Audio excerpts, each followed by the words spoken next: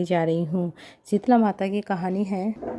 एक बार की बात है, शीतला माता ने सोचा कि चलो आज मैं धरती का भ्रमण करती हूँ, देखती हूँ कि आज मेरी पूजा कौन करता है, मुझे कौन मानता है। सोचकर शीतला माता राजस्थान के एक गाँव के डूंगरी गाँव में आती है। देखती हैं कि गाँव में उनका कोई भी मंदिर नहीं है, ना ही उनकी कोई पूजा करता है। यही सोचकर माता शीतला गाँव में गलियों में घूम रही होती हैं। घर के ऊपर से किसी ने चावल का उबला हुआ पानी फेंक दिया। गर्म पानी शीतला माता के ऊपर जा गिरता है, जिससे माता के शरीर में बेहद फोड़े फुंसी हो जाते हैं, खुजली चलने लग जाती है, पूरे शरीर में तेज जलन होने लगती है। जब दर्द से कराती है शीतला माता, इधर उधर भागती दौड़ती चिल्लाती हैं तो अरे मेरा शरीर चल रहा है, मेरा शरीर चला तप रहा है, कोई मेरी सहायता करो। लेकिन उस गांव में किसी ने भी शीतला माता की सहायता नहीं की। वहीं एक कुम्हार का घर था। कुम्हारन घर के बाहर बैठी हुई थी। उस कुम्हार ने देखा कि अरे यह बुजुर्ग माई काफ़ी जल रही है। उसे कहा कि माँ यहाँ पर बैठ जाइए, मैं आपके ऊपर ठंडा पानी डाल देती हूँ। ऐसा कहते हुए कुम्हार ने बुजुर्ग माई के ऊपर पानी ठंडा डाल दिया और बोली, माई मेरे घर में रबड़ी रखी है, रात का दही है, ठंडा है, ले आऊँ क्या, आप खा लोगी? तो माई ने बोला ठीक है, मुझे भूख लगी, ला दो। बुजुर्ग माई ने ठंडी बासी राबड़ी दही खाया। उस शरीर को काफ़ी ठंडक मिलती है, उसकी वजह से जलन कम हो जाती है।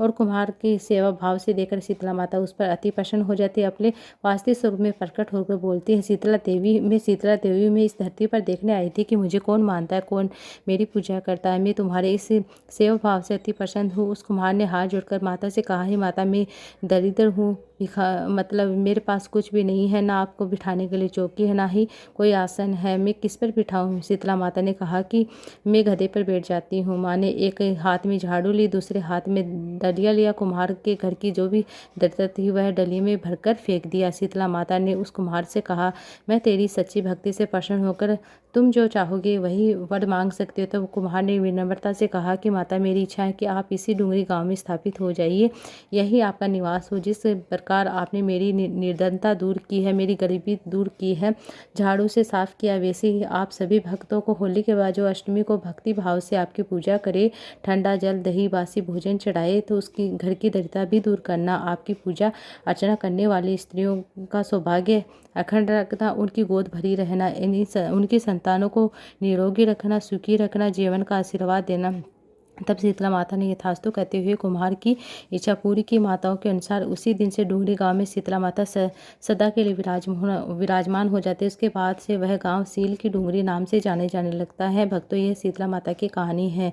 अब शीतला माता की पूजा के समय इस कथा को अवश्य सुने और समस्त कष्टों का नाश करने वाली, निर्धनता को दूर करने वाली यह शीतला माता की कल्याणमयी कथा है। इसी विश्वास के साथ आप भी शीतला माता का पूजन करें। शीतला माता करते खाते हैं। सप्तमी के दिन घरों में कई तरह के पकवान बनते हैं, हलवा, पूरी, दही बड़ा, पकौड़ी, रबड़ी, शक्करपारा। अगले दिन जैसे कि मीठे चावल। अगले दिन सुबह महिलाएं इन चीज़ों को शीतला माता को भोग लगाती हैं। परिवार की सुख समृद्धि की कामना के लिए पूजा करिए, प्रार्थना करती। इस दिन शीतला माता का पूरे घर में समस्त लोग बासी भोजन करते हैं, इसी वजह से इसे बाशिड़ा का नाम से जानते हैं। इस दिन के बाद से बासी खाना बना होता है, अर्थात बासी खाना खराब होने लग जाता है। ये सर्दियों का मौसम खत्म हो जाता है, गर्मियों का मौसम शुरू हो जाता है। इस पूजा को करने से शीतला माता प्रसन्न होती हैं, उन्हें आशीर्वाद देती है।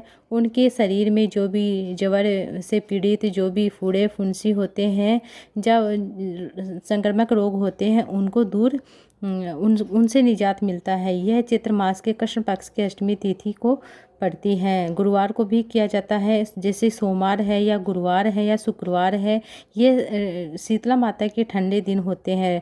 रविवार, शनिवार, मंगलवार को शीतला का पूजन ना करें। इन वारों में यदि अष्टमी तिथि पड़ जाए तो पूजन अवश्य कर लेना के प्रभाव से व्यक्ति का परिवार जवर, दुर्गंध युक्त फोड़े फुंसियों से, नेत्रों से संबंधित सभी विकार, शीतला माता की चिन्ह आदि रोगों तथा शीतला माता जनित दोषों से मुक्त हो जाता है। इस व्रत के करने से शीतला देवी प्रसन्न होकर अपने भक्तों को आशीर्वाद प्रदान करती है। हर गांव, नगर में, हर शहर में शीतला की पूजा की जाती है। शीतला का मंदिर मिल जाता है, शीतला का मठ मिल जाता है। मठ में शीतला का स्वरूप अलग अलग तरह देखा जाता है। शीतला में शीतला माता को जैसे गधे की सवारी है शीतला माता की।